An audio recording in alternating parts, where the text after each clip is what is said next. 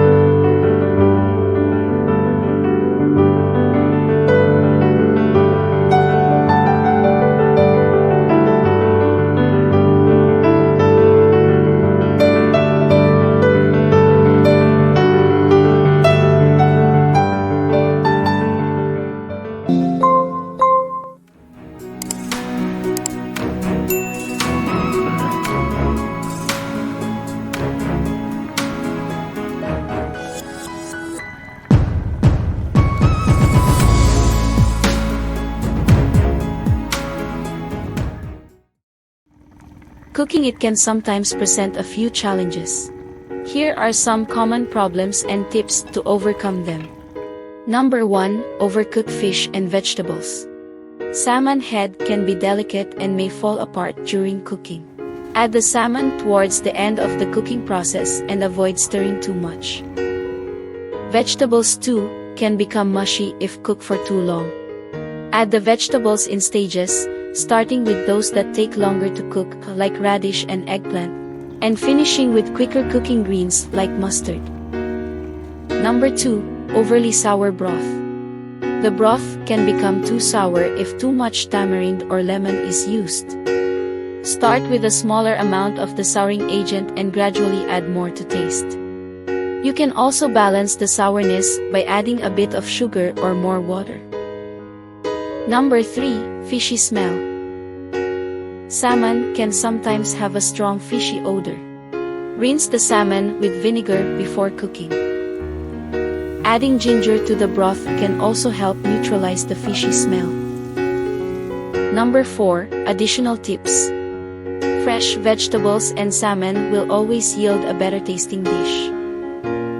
Taste the broth frequently and adjust the seasoning as needed. Sinigang is best enjoyed hot and fresh, so serve it immediately after cooking. I hope these tips help you perfect your sinigang na salmon.